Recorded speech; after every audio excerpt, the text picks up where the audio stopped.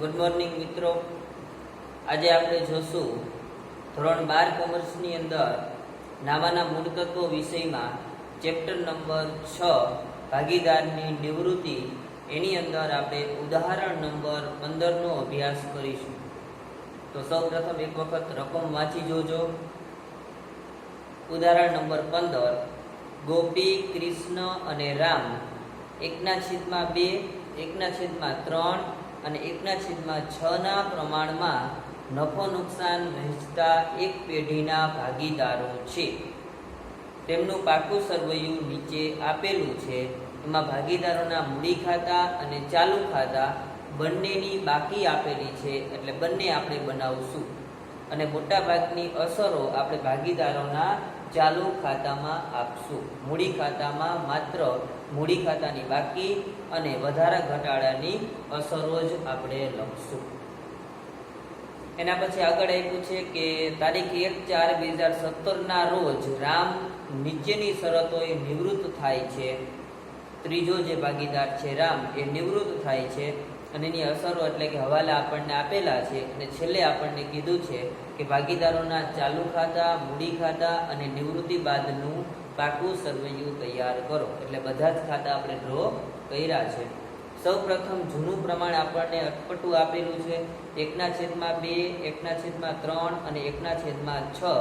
તો એ પ્રમાણને આપણે વ્યવસ્થિત પ્રમાણની અંદર જો કન્વર્ટ કરવું હોય તો બધાના છેદ સરખા કરી અને આપણને જૂનું પ્રમાણ મળી શકે છે, બરાબર। તો પહેલા આપણે જૂનું પ્રમાણ મેળવી લઈએ। ગોપી, કૃષ્ણ અને રામ,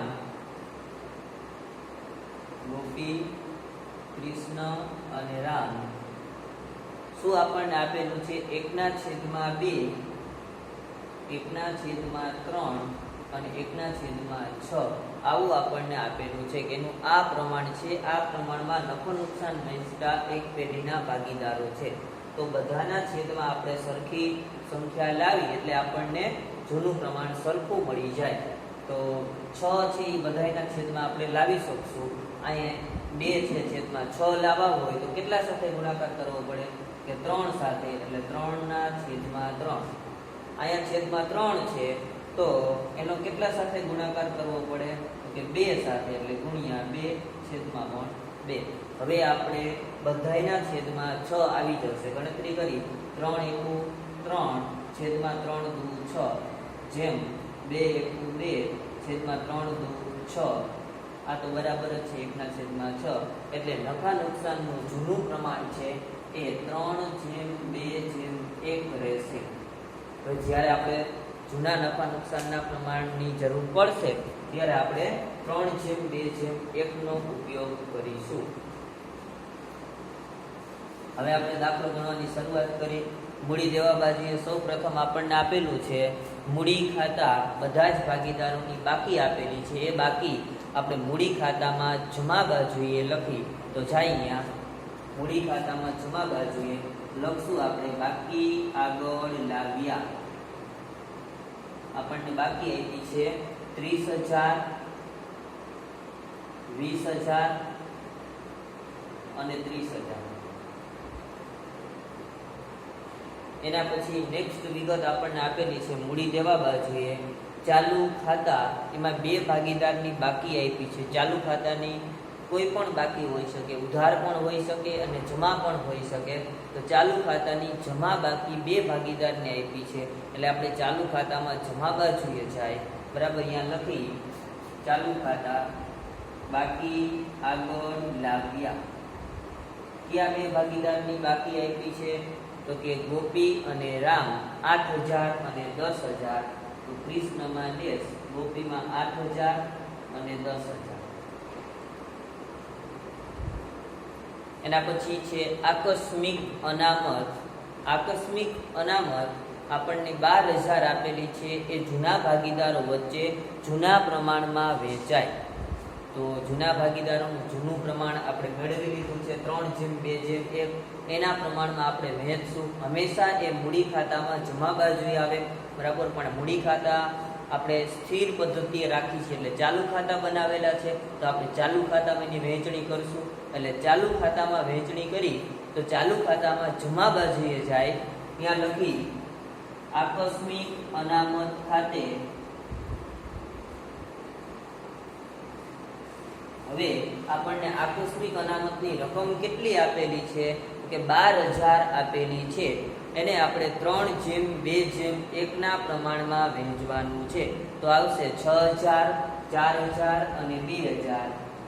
6,000, 4,000 અને 2,000. એના પછી નેક્સ્ટ વિગત આપેલી છે મૂડી દેવા બાજુએ કામદાર વળતર અનામત. કામદાર વળતર અનામત એના ઉપર કોઈ હવાલો નથી, બરાબર, એટલે એની પણ આપણે ભાગીદારો વચ્ચે વહેંચણી કરી દેશું, બરાબર. તો એની પણ વહેંચણી કરી તો આવશે 4,500, 3,000 અને 1,500.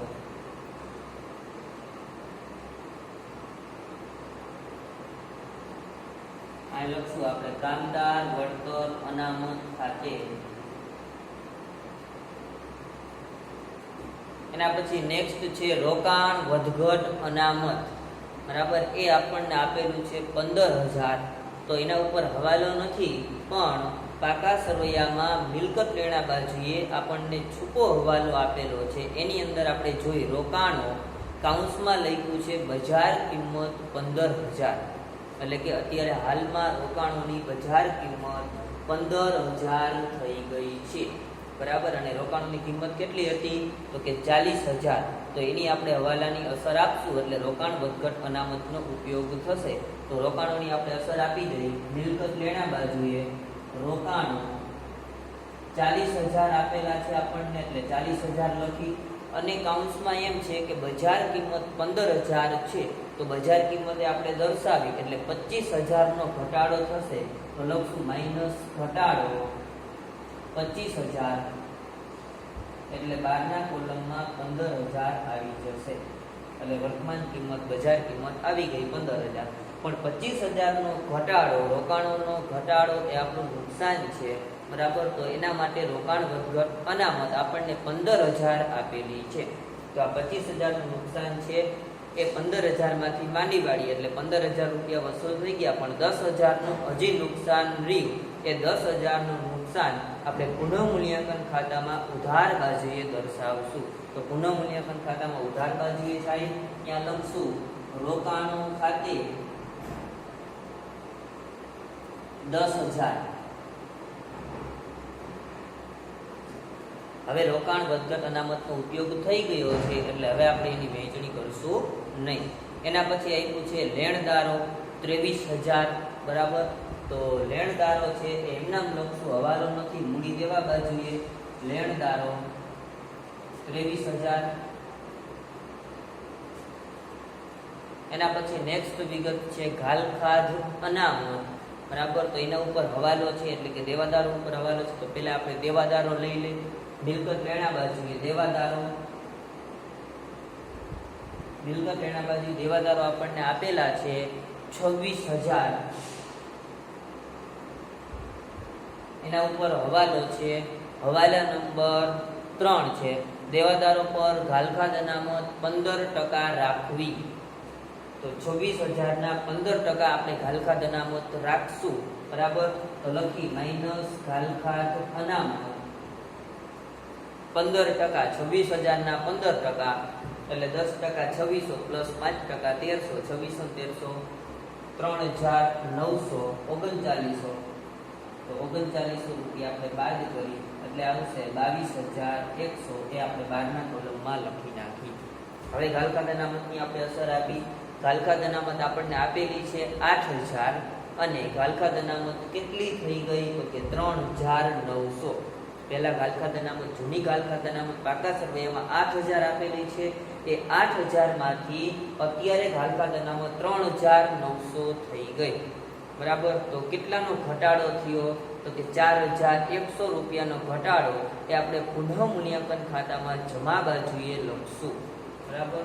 તો પુનઃમૂલ્યાંકન ખાતામાં જમા બાજુ લખી ઘાલખાધ અનામત ખાતે 4,100. હવે મિલકત લેણા બાજુએ જોઈ પાઘડી આપણને આપેલી છે 1,500 રૂપિયા, બરાબર. અને એ પાઘડી છે જૂના પાકા સરવૈયામાં એટલે આપણે જૂના પ્રમાણમાં માંડી વાળશું. તો જૂના પ્રમાણમાં માંડી વાળી એટલે ભાગીદારોના ચાલુ ખાતે ઉધાર તે પાઘડી ખાતે, તો ચાલુ ખાતામાં ઉધાર બાજુએ જાય, ત્યાં આપણે લખી પાઘડી ખાતે રકમ આપણને આપેલી છે 1500 રૂપિયા. આ 1500 રૂપિયાને આપણે 3/2/1 ના પ્રમાણમાં વેચશું એટલે આવશે 750, 500 અને 250.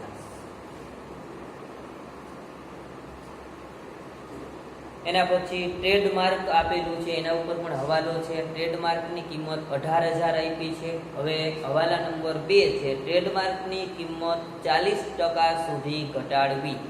કિંમત ઘટાડતા જાઓ અને 40% થઈ જાય એટલી કિંમત ટ્રેડમાર્કની કરી નાખવી.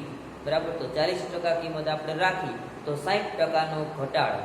બરાબર, એટલે ટ્રેડમાર્ક આપણને અહીં પાસે 18,000 પહેલા લખી છે. ટ્રેડમાર્ક 18,000 માઇનસ ઘટાડો. કેટલો ઘટાડો કરવાનો છે હજી એક વખત સમજી લો. અહીંયા કીધું છે 40% સુધી ઘટાડવી. 40% સુધી ઘટાડવી એટલે 40% જેટલી કિંમત ટ્રેડમાર્કની થઈ જવી જોઈએ. બરાબર, તો આપણે 60% ઘટાડી દઈશું એટલે 40% જેટલી કિંમત થઈ જશે. બરાબર, તો 60% થશે 10,800. એટલે લખી આપણે માઇનસ 10,800. કેના 60%? 18,000 ના. બરાબર, 10,800 અને 40% જેટલી રેવી પડે તો 18 × 72 એટલે આવશે 7,200.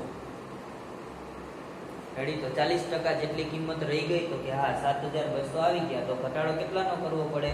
10,800. ટ્રેડમાર્કનો ઘટાડો એટલે કે મિલકતનો ઘટાડો નુકસાન છે. પુનઃમૂલ્યાંકન ખાતામાં ઉધાર બાજુએ લખી ટ્રેડમાર્ક ખાતે ઘટાડો કેટલાનો છે? 10,800. તો એટલી રકમ આપણે લખશું. એના પછી આપણને આપ્યા છે યંત્રો, એના ઉપર પણ હવાલો છે. યંત્રો આપ્યા છે 60,000. તો લખી યંત્રો 60,000 હવાલો છે. યંત્રોની કિંમત 10% થી વધારવી એટલે કે યંત્રોની કિંમતમાં 10% વધારો કરવો. તો 10% વધારો કરી એટલે 60,000 ના 10% 6,000. તો પ્લસ વધારો 6,000 એટલે બારના કોલમમાં 66,000 અને 6,000 નો વધારો મિલકતની કિંમતમાં વધારો એ આપણો ફાયદો છે. એટલે પુનઃમૂલ્યાંકન ખાતામાં જમા બાજુએ લખશું યંત્રો ખાતે વધારાની રકમ એટલે કે 6,000. એના પછી રોકાણો આપ્યા છે જેની અસર આપણે આપી દીધી છે. પછી દેવાદારો છે એની અસર પણ આપણે આપી દીધી છે. રેડી, પછી છે સ્ટોક. તો સ્ટોક ઉપર કોઈ હવાલો નથી એટલે આપણે એમનામ લખી નાખશું સ્ટોક 12,000. મિલકત લેણા બાજુએ સ્ટોક 12,000. પછી છે બેંકમાં રોકડ એટલે બેંક સિલક આપી છે તો આપણે રોકડ બેંક ખાતું બનાવ્યું છે. બરાબર, અહીંયા આપણે એની બાકી દર્શાવી દેશું 3,000 રૂપિયા. બાકી આગળ લાવ્યા 3,000. પછી છેલ્લે આપ્યું છે કૃષ્ણનું ચાલુ ખાતું. મિલકત દેણા બાજુએ આપણને આપેલું છે કૃષ્ણનું ચાલુ ખાતું. મિલકત દેણા બાજુએ આપ્યું છે. તો મિલકત દેણા બાજુએ આપ્યું છે એનો મતલબ કે ઉધાર બાકી છે. ચાલુ ખાતાની ઉધાર બાકી પણ હોઈ શકે. તો ચાલુ ખાતામાં આપણે ઉધાર બાજુએ જાય ત્યાં લખી બાકી આગળ લાવ્યા. બાકી આગળ લાવ્યા. કૃષ્ણની બાકી આપી છે એટલે કૃષ્ણના કોલમમાં રકમ આપણને આપી છે 4,500. તો આપણે લખશું 4,500. પાકા સરવાની તમામ વિગતો પૂરી થઈ ગઈ છે. હવે હવાલા જે બાકી છે એની આપણે અસર આપી તો હવાલા નંબર 4 બાકી છે. હવાલા નંબર 4 બેંકમાં વટાવેલ લેણી હુંડી ₹1,300 પાક્યા તારીખે નકારાઈ. બેંકમાં વટાવેલી લેણી હુંડી આપણે એક વખત બેંકમાં વટાવી હતી એ લેણી હુંડી આજે નકારાઈ છે. બરાબર, તો નકારાવું એટલે શું? તો કે જ્યારે આપણે લેણી હુંડી બેંકની અંદર નાખી હોય ત્યારે આપણી બેંક સિલક છે એ વધી ગઈ હોય અને જ્યારે પણ નકારાય ત્યારે આપણી બેંક સિલક ઘટી જાય. બરાબર. તો એક વખત વધી ગઈ હશે, એની અસર દેવાઈ ગઈ હશે, અત્યારે લેણી ઊંડી નકારાઈ છે એટલે આપણી બેંક શિલક ઘટે છે. બરાબર. હવે આગળ વાંચીએ. અને દેવાદારો પાસેથી કોઈ રકમ વસૂલ થયેલ નથી. એટલે કે લેણી ઊંડી છે દેવાદારો પાસેથી આપણને મળે તો દેવાદારો આપણને કંઈક રકમ આપી દે, બરાબર, પણ રકમ દેવાદારોએ કાંઈ આપી નથી તો એ આપણું નુકસાન છે. 1300 રૂપિયાનું આપણને નુકસાન જશે. એ નફા નુકસાન ખાતાની અંદર આવે, પણ અત્યારે નિવૃત્તિ છે એટલે નુકસાનની અસર આપણે પુનઃમૂલ્યાંકન ખાતામાં આપી છે. બરાબર. તો ખરેખર આની અસર શું આવશે? તો કે એક આપણે નુકસાનની અસર બતાવશું પુનઃમૂલ્યાંકન ખાતામાં ઉધાર બાજુએ, અને બીજું કે આપણી બેંક શિલક ઘટી છે એટલે એ અસર લખશું. બરાબર. તો એની આમનોંધ શું થાય? તો કે પુનઃમૂલ્યાંકન ખાતે ઉધાર તે બેંક ખાતે અથવા તે રોકડ બેંક ખાતે. તો પહેલી અસર આપણે પુનઃમૂલ્યાંકન ખાતામાં ઉધાર બાજુએ આપી, ત્યાં લખી બેંક ખાતે કાઉન્સમાં આપણે લખશું કે નકારાયેલી હુંડી, એટલે આપણને ખબર પડે કેટલા રૂપિયાની છે તો કે 1300 રૂપિયા. અને બીજી અસર તે બેંક ખાતે એટલે કે બેંક શિલક ઘટી છે તો બેંક ખાતામાં જમા બાજુએ આપણે લખશું પુનઃમૂલ્યાંકન ખાતે કાઉન્સમાં લખશું નકારાયેલી હુંડી 1300 રૂપિયા. એટલે બે અસર આપણે બતાવી દીધી, એક નુકસાનની પુનઃમૂલ્યાંકન ખાતામાં ઉધાર બાજુએ અને બીજી બેંક શિલક ઘટી એ અસર આપણે બતાવી દીધી. એના પછી હવે એક હવાલો બાકી છે, હવાલા નંબર 5. પેઢીની પાઘડીનું મૂલ્યાંકન ₹60,000 કરવામાં આવ્યું. પેઢીની પાઘડીનું મૂલ્યાંકન ₹60,000 કરવામાં આવ્યું. એમાંથી આપણે નિવૃત્ત ભાગીદારના ભાગની પાઘડીની જ અસર આપી છે, બધા જ દાખલાની અંદર સરખી જ આપી છે. તો નિવૃત્ત ભાગીદારના ભાગની પાઘડી કાઢી. નિવૃત્ત ભાગીદાર છે રામ, બરાબર, એ ત્રીજા નંબરનો ભાગીદાર છે. એનું જૂનું પ્રમાણ છે 3:2:1, એટલે રામનો હિસ્સો કેટલો છે? 1. તો રામના ભાગની પાઘડી કાઢી આપણે. અહીં હું ગણતરી લખું છું. રામની પાઘડી 60,000, પેઢીની પાઘડીનું મૂલ્યાંકન, એમાંથી રામનો ભાગ 1/6 એટલે આવશે 10,000. તો રામને પેઢીમાંથી 10,000 રૂપિયા પાઘડી મળવા પાત્ર છે, કારણ કે એ ભાગીદારી પેઢીમાંથી હવે નીકળી જાય છે. તો આ 10,000ની જે રકમ છે એ જે ચાલુ ભાગીદારો છે એ લાભના પ્રમાણમાં આપે. તો લાભના પ્રમાણની પણ આપણે ગણતરી કરવી પડશે. એ ગણતરી હું અહીંયા કરું છું. જૂનું પ્રમાણ છે જ આપણી પાસે 3:2:1, અને નવું પ્રમાણ છે એ આપણને છેલ્લા હવાલામાં આપેલું છે. ગોપી અને કૃષ્ણનું નવું પ્રમાણ 2:1 છે. ગોપી અને કૃષ્ણનું નવું પ્રમાણ 2:1 છે. તો બંનેના આપણે લાભ મેળવી.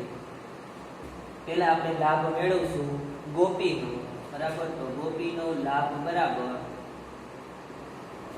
ગોપીનો નવો ભાગ માઇનસ જૂનો ભાગ, આપણું સૂત્ર છે. તો ગોપીનો નવો ભાગ કેટલો છે? તો કે ગોપી અને કૃષ્ણનું નવું પ્રમાણ છે 2:1, એટલે એનો નવો ભાગ થશે 2/3. નવો ભાગ કેટલો થશે? 2/3 માઇનસ ગોપીનો જૂનો ભાગ કેટલો? તો કે પેલું જ નામ હતું એટલે 3/6. 3/6. તો હવે આપણે ગણતરી કરી. ચોકડી ગુણાકાર, આ બંનેનો ગુણાકાર થશે, આ બંનેનો ગુણાકાર 6×2=12 માઇનસ 3×3=9 છેદમાં આ બંનેનો ગુણાકાર 18. 12માંથી 9 જાય એટલે 3/18. એટલે પ્લસમાં જવાબ આવ્યો છે એટલે આને કહેવાય લાભ. એટલે કે ગોપીને લાભ થાય છે તો એને પાઘડીની રકમ આપવી પડશે, રામને એ ચૂકવશે પાઘડી. હવે એવી રીતે બીજું કૃષ્ણનો આપણે લાભ મેળવ્યો. કૃષ્ણનો નવો ભાગ છે 1/3 માઇનસ એનો જૂનો ભાગ છે 2/6. જૂનો ભાગ 2/6 અહીંથી આપણને મળ્યો છે 2/6. હવે એની ગણતરી કરી. 6×6 -3×6 છેદમાં 18 એટલે 0/18. તો આને લાભ પણ નથી, ત્યાગ પણ નથી, તો એને પાઘડીની રકમ લાવવાની પણ ન હોય અને લઈ પણ ન જવાની હોય. જો એને લાભ આવ્યો હોત તો આ બંને લાભના પ્રમાણમાં પાઘડી આપે. જો ત્યાગ આવ્યો હોત તો એને પણ પાઘડીની રકમ થોડી મળે. બરાબર. પણ આ પોઝિશનમાં એનો જવાબ આવે છે 0, એટલે લાભય નથી, ત્યાગય નથી, તો એને પાઘડી આપશે પણ નહીં અને પાઘડી મળશે પણ નહીં. બરાબર. હવે આપણે આમ નોંધ લખી, રામને પાઘડીના કેટલા પૈસા આપવાના છે? તો કે 10,000. હવે આ કોણ આપશે? તો કે આ એક ભાગીદાર આપશે, ગોપી. બરાબર. ગોપી છે એ બધી રકમ આપશે, એટલે એની આમ નોંધ થશે, ગોપીના ચાલુ ખાતે ઉધાર તે નિવૃત્ત ભાગીદાર, એટલે તે રામના ચાલુ ખાતે રકમ આવશે 10,000. એની ખતવણી કરી આપણે. ગોપીના ચાલુ ખાતે ઉધાર, તો ગોપીના ચાલુ ખાતે ઉધાર બાજુ જાય, ત્યાં આપણે લખી રામના ચાલુ ખાતે, અને રકમ લખશું આપણે ગોપીમાં કેટલી રકમ છે? તો કે 10,000. પછી જમાની ખતવણી કરી, તે રામના ચાલુ ખાતે, તો રામના ચાલુ ખાતે જમા બાજુ જાય, ત્યાં આપણે લખી ગોપીના ચાલુ ખાતે, અને રકમ લખશું રામના ચાલુ ખાતામાં 10,000. રેડી? આવી રીતે આપણે રામના ભાગની પાઘડીની અસર આપશું. હવે કોઈ હવાલા બાકી નથી અને વિગત પણ એ કંઈ બાકી છે નહીં. સૌ પ્રથમ આપણે પુનઃ મૂલ્યાંકન ખાતું બંધ કરશું.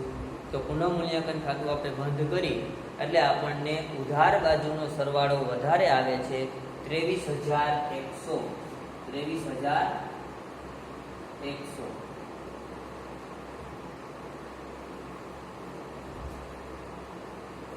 એના પછી આ ગણતરી લખી લેજો જરૂર હોય તો.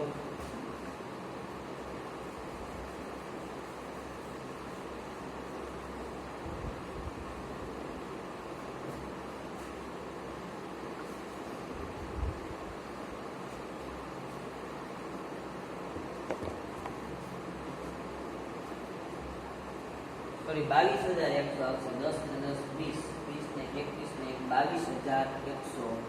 એ આ બાજુ પણ લખશું 22,100. એટલે તમને જવાબ મળશે 12,000. એટલે કે તફાવત કેટલો મળશે આપણને? 12,000. કઈ રીતે મળ્યો? જે વખત જોઈ લો, ઉધાર બાજુનો સરવાળો વધારે આવે છે 22,100, એટલે ઉધાર બાજુએ પણ લખ્યો, જમા બાજુએ પણ લખ્યો. હવે જે બાજુ સરવાળો ઓછો હતો, જમા બાજુ ઓછો હતો, તો અહીંયા આપણને તફાવત મળ્યો 12,000. પુનઃ મૂલ્યાંકન ખાતામાં જમા બાજુએ તફાવત મળે તો એને ખોટ કહેવાય. બરાબર. અહીંયા આપણે ખોટ ક્યાં લઈ જશું? તો કે ચાલુ ખાતે લઈ જશું, એટલે લખશું ચાલુ ખાતે લઈ ગયા. કારણ કે ચાલુ ખાતા આપણે બનાવેલા હોય ત્યારે નફો ખોટ ચાલુ ખાતે લઈ જવાય. બરાબર. હવે આ 12,000 ને આપણે 3/2/1 ના પ્રમાણમાં વહેંચવાના છે, એટલે આવશે 6,000, પછી 2 × 4,000 અને 2,000. અને ભાગીદારનું નામ પણ લખશું આપણે, ગોપી, કૃષ્ણ અને રામ. તો આ જે ખોટ છે એ આપણને જમા બાજુએ મળી છે.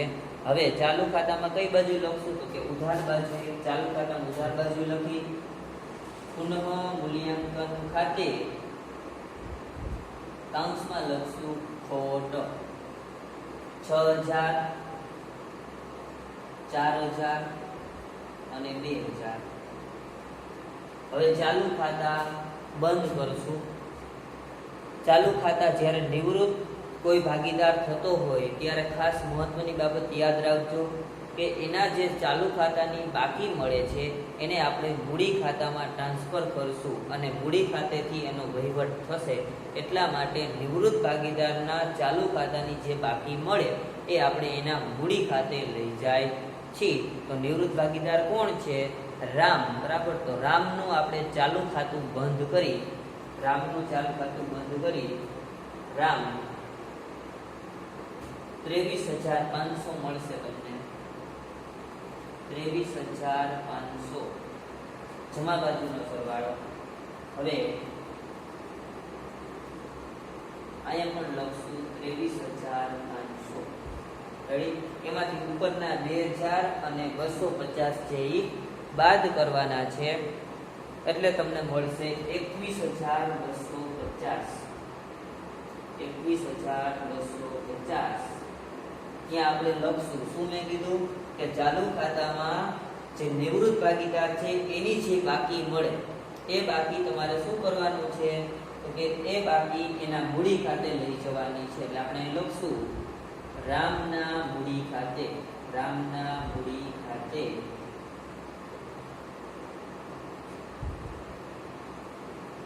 રેડી? હવે ઉધાર બાજુ આપણે તફાવત કર્યો, એના મૂડી ખાતામાં જમા બાજુ લઈ જવાય, તો જમા બાજુ આપણે લઈ જાય. અહીંયા લખશું રામના ચાલુ ખાતે રકમ આપણે રામના કોલમમાં લખશું 21,250.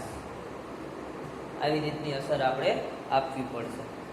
હવે બાકીના જે ભાગીદારો છે એના ચાલુ ખાતા તમે બંધ કરો, એના ચાલુ ખાતાની જે બાકી આવે એ આપણે પાકા સરવૈયામાં લખશું. જો ઉધાર બાકી હશે તો મિલકત લેણા બાજુએ, અને જમા બાકી હશે તો મૂડી દેવા બાજુએ. રેડી? તો એના પછી છે તમે કૃષ્ણના કોલમનો સરવાળો આપણે કરી એટલે તમને સરવાળો મળશે 9,000. કઈ બાજુ વધારે છે? બરાબર, તો કે આ બાજુ 5 ને 4 9,000. અહીંયા પણ લખશું આપણે 9,000. 9,000 માંથી 3 ને 4 7,000 જાય એટલે તફાવત મળશે 2,000. આ જે તફાવત મળ્યો એ કૃષ્ણ તો ચાલુ ભાગીદાર છે એટલે આપણે લખશું બાકી આગળ લઈ ગયા. ચાલુ ખાતાની બાકી મળી 2,000. હવે ચાલુ ખાતામાં કઈ બાજુએ મળી આપણને તો કે જમા બાજુએ તફાવત મળ્યો એટલે આને કેવી બાકી કહેવાય તો કે ઉધાર બાકી કહેવાય. એટલે એને આપણે લખશું પાકા સરવૈયામાં મિલકત લેણા બાજુએ લખશું કૃષ્ણનું ચાલુ ખાતું, અથવા લખશું ચાલુ ખાતું પછી ડેશ કરીને કૃષ્ણ. કેટલી બાકી આવી તો કે 2,000. એના પછી હવે કયો ભાગીદાર બાકી છે તો કે ગોપી. ગોપીનો સરવાળો કરી તો 8 ને 6 14 ને 4 18,500. બરાબર, તો 18,500 જ વધારે થશે એટલે આપણે લખશું 18,500. જમા બાજુનો સરવાળો વધારે આવ્યો, અહીંયા પણ લખશું 18,500. હવે 18,500 માંથી ઉપરની રકમ આપણે બાદ કરી 10,000, 6,000 અને 750 એટલે તમને તફાવત મળશે 1,750. 1,750. અહીંયા શું લખશું આપણે? ચાલુ ભાગીદાર છે એટલે લખશું બાકી આગળ લઈ ગયા. તો આના ચાલુ ખાતાની કેવી બાકી આવી તો કે જમા બાકી, કારણ કે ઉધાર બાજુ તફાવત મળ્યો બરાબર એટલે એની જમા બાકી કહેવાય. એ આપણે લખશું મૂડી દેવા બાજુએ. ગોપીનું ચાલુ ખાતું 1,750 એટલે લખશું ચાલુ ખાતું ગોપી 1,750. હવે આપણે મૂડી ખાતા બંધ કરી બરાબર 51,250. આ એમ નામ રહેશે 20,000. આ 30,000. એ જ સરવાળો આપણે આ બાજુ લખશું 30,000, 20,000 અને 51,250. ઉપર કાંઈ છે નહીં, 0 બાદ થાય લઈને એ રકમ રહેશે 51,250, 20,000 અને 30,000. આપણે શું લખશું? બાકી આગળ લઈ ગયા. સોરી, આપણે એક મિસ્ટેક થાય છે, કારણ કે હવે એક ભાગીદાર છે નિવૃત્ત થઈ જવાનો છે. કોણ નિવૃત્ત થાય છે તો કે રામ નિવૃત્ત થાય છે એટલે રામની મૂડી આપણે આગળ નહીં લઈ જાય. બરાબર, તફાવત એટલો જ મળશે પણ બાકી આગળ લઈ ગયા એવું આપણે ગોપી અને કૃષ્ણ બેમાં જ લખી શકશું. કારણ કે જે રામ છે એને હવે આપણે નાણાં ચૂકવી દેશું. તો અત્યારે નાણાં ચૂકવવાનું આપણને કંઈ કીધું નથી, તો લોન તરીકે રકમ રાખશું. બરાબર, એટલે અહીંયા આપણે ડેશ કરી નાખ્યો 51,250. આ જે આપણને રકમ મળી એ આપણે લખશું રામની લોન ખાતે. બધાની અસર આપણે પાકા સરવૈયામાં જ આપવાની છે. રામની લોન બરાબર, મૂડી દેવા બાજુ આપણે એને ઊભી રાખશું, આપણું દેવું છે એટલે લખી નાખી રામની લોન 51,250. અને આ બંનેની જે બાકી છે એ આપણે મૂડી દેવા બાજુ લખશું મૂડી ગોપી અને કૃષ્ણ. મૂડી મળી છે એમ નામ 30,000 અને 20,000 એટલે 50,000. રેડી? એના પછી હજી આપણું એક ખાતું બાકી છે, રોકડ ખાતું. તો રોકડ ખાતું છે પણ આપણે બંધ કરી નાખી. આ બાજુ સરવાળો વધારે છે 3,000, અહીંયા પણ 3,000, 3,000 માંથી 1,300 જાય એટલે 1,700. આ લખશું બાકી આગળ લઈ ગયા. તો આપણને જમા બાજુ તફાવત મળ્યો એટલે રોકડ ખાતાની ઉધાર બાકી કહેવાય. ઉધાર બાકી આપણે પાકા સરવૈયામાં મિલકત લેણા બાજુએ લખી. અહીંયા લખી રોકડ સિલક અથવા અહીંયા રોકડ બેંક લખો તો પણ ચાલે. 1,700 રૂપિયા. હવે બધા જ ખાતા બંધ થઈ ગયા. પુનઃમૂલ્યાંકન ખાતું બંધ થઈ ગયું, ભાગીદારના મૂડી ખાતા પણ બંધ થઈ ગયા, એના ચાલુ ખાતા પણ બંધ થઈ ગયા, રોકડ ખાતું પણ બંધ થઈ ગયું.